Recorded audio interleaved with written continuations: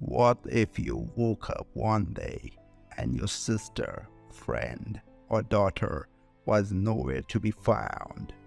What if you searched high and low, but no one had seen or heard from her?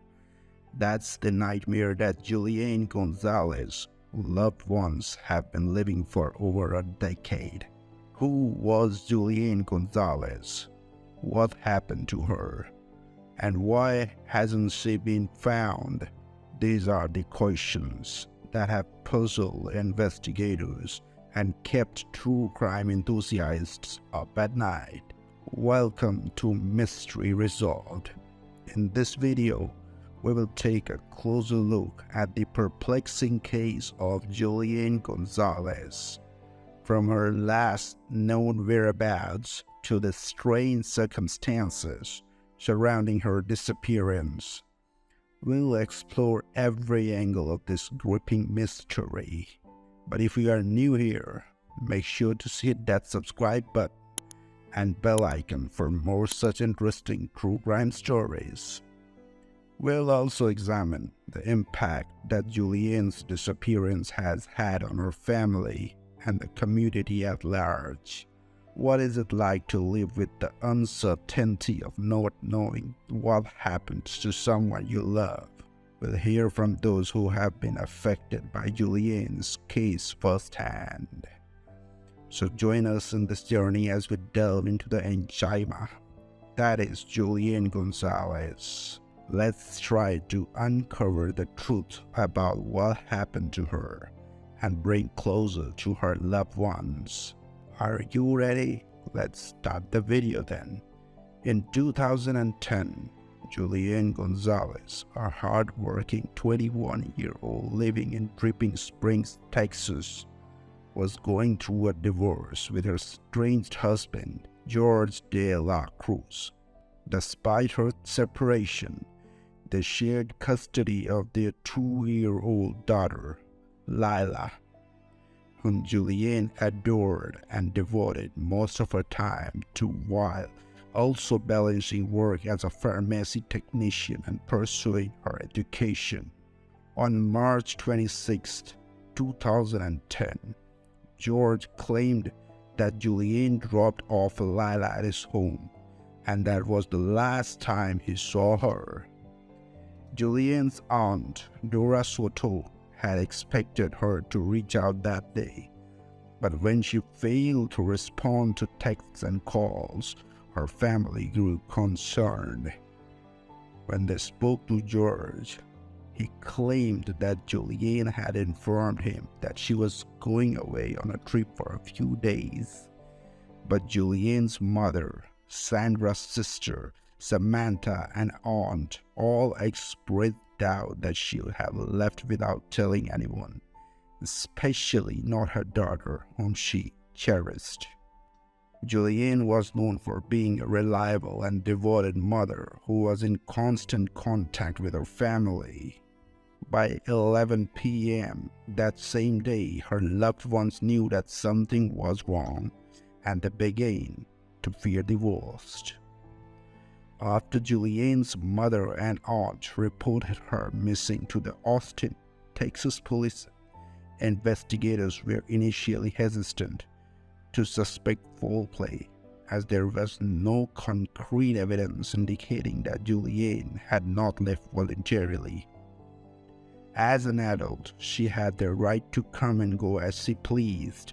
However, her family members expressed concern, particularly as her new car was also missing.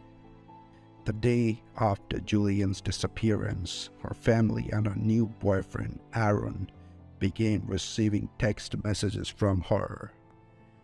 Julianne's sister believed that they were genuine as they referred to her by her nickname, but her mother and aunt were not so sure.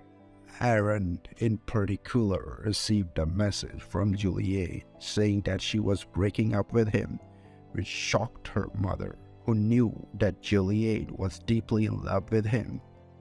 Additionally, someone using Julianne's phone had posted a message on Facebook claiming to be depressed and posted several messages on her MySpace page, claiming to have met a man named James in Colorado and planning to start a new life there. However, Julianne's mother and aunt knew that these messages were not written by her, as they were uncharacteristic of her personality and behavior. Aaron even tried to verify the identity of the person sending the messages by asking Julianne to tell him his middle name, but the response was dismissive, indicating that the sender did not have time for games. Investigators interviewed George, as he was the last person to see Julianne alive. However, he only stated that she dropped off their daughter and then left abruptly. Despite the lack of concrete evidence, Julianne's family was convinced that something terrible had happened to her and began conducting their own investigation into her disappearance. Julianne's family was not going to sit back and wait for the police to solve the mystery of her disappearance. Her aunt decided to take matters into her own hands and drove around South Austin. She eventually spotted Julianne's new car in the parking lot of a Walgreens. When her aunt went inside to look for Julie, she could not find her, but she did find a paper bag in the back seat with asthma medication for Julianne's daughter. Julianne's family knew it was strange that she would not have left such important medication with George for their daughter. They spoke to an employee at Walgreens who said that a girl matching Julianne's description had come to the store, claiming to have car trouble. The police obtained surveillance footage from Walgreens, but there was no sign of Julie entering the store. With no leads, Julianne's family took matters into their own hands, creating billboards, posters, and t-shirts with Julianne's picture on them.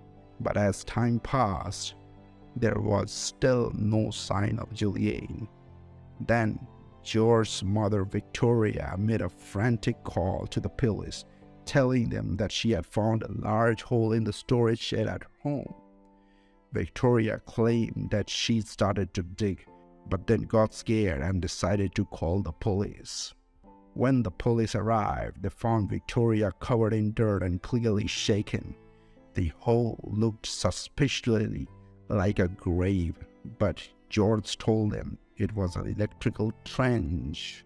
The police decided to dig anyway, but found no sign of Julianne. They also obtained Julianne's bank records, hoping to find a clue that would lead them to her. After reviewing Julianne's bank records, the police discovered that on the day of her disappearance, her ex-husband, George, had used her card at Walmart and Best Buy.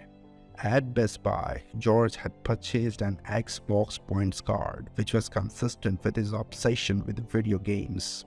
This obsession was one of the reasons why he and Julianne had gotten divorced, as George prioritized playing games over earning an income.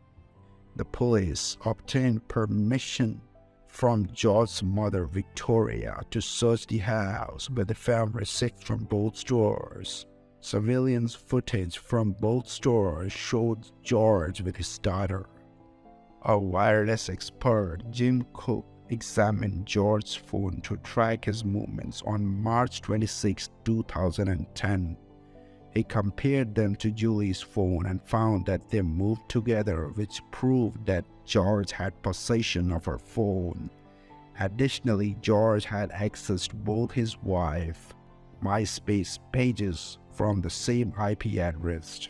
The police also looked at George's Xbox activity and found that he had not played games for about 20 hours on March 26th, which was unusual as he typically played for 12 to 15 hours per day.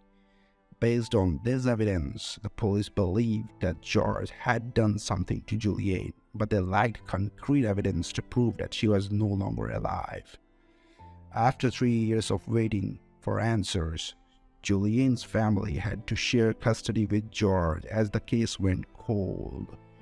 Julian's mother repeatedly asked George if Julian was coming to home back, but he always denied any involvement. Finally, on September 13, 2013, George De La Cruz was arrested and charged with taking Julian's life. The prosecution offered George a reduced sentence of 50 years if he cooperated and revealed the location of Julian's body, but he rejected the offer and pleaded not guilty. During the trial, George never showed remorse and appeared nervous. Despite not having a body, the prosecution attempted to convince the jury that Julian was never coming back. They presented evidence such as a knife, ammunition, and burned clothing found in De La Cruz's backyard and shed. However, defense lawyers Robert McCabe and Keith Lowerman argued that the prosecution had left too many loose ends and unanswered questions. They attacked the state experts' analysis, questioned their witnesses, and claimed the prosecution's timeline was impossible. McCabe argued that the convictions are based on facts and logics, not fantasy and emotions. He warned the jurors that convicting innocent people can result in them ending up in prison. George De La Cruz was convicted on April 22, 2015 and was sentenced to life imprisonment in October 2016. He currently remains incarcerated at the Jim Ferguson unit in Madison County, Texas, and will be eligible for parole in 2043. Although Julie's family celebrated the verdict, they still long for answers and closure regarding her disappearance. They continue to pray that George will one day reveal the whereabouts of Julian's remains, and they hope that he will eventually explain to their daughter what happened to her mother. Unfortunately, in February 2023, Julian's family faced another setback when their mother Sandra Soto's house burned down. While they were able to escape safely with their dog, they lost everything in the blaze. However, the family was heartened by the support they received from strangers during a benefit held at Jack's Roadhouse in San Marcos. The event featured homemade barbecue and live music and helped the family cope up with the latest tragedy. Samantha Petrie, Julian's sister, expressed gratitude for the love and support they have received from people who remember Julian's story and continue to stand by their family through these difficult times. What really happened to Julian? Where is her body? Did George De La Cruz act alone, or did he have accomplices? These are just some of the questions that continue to haunt those who followed this case. If you enjoyed this video and want to see more true crime content like this, make sure to subscribe to our channel for future updates. We'll continue to cover cases like this with the hope that someday justice will be served for victims like Julian Gonzalez. Thank you for being there.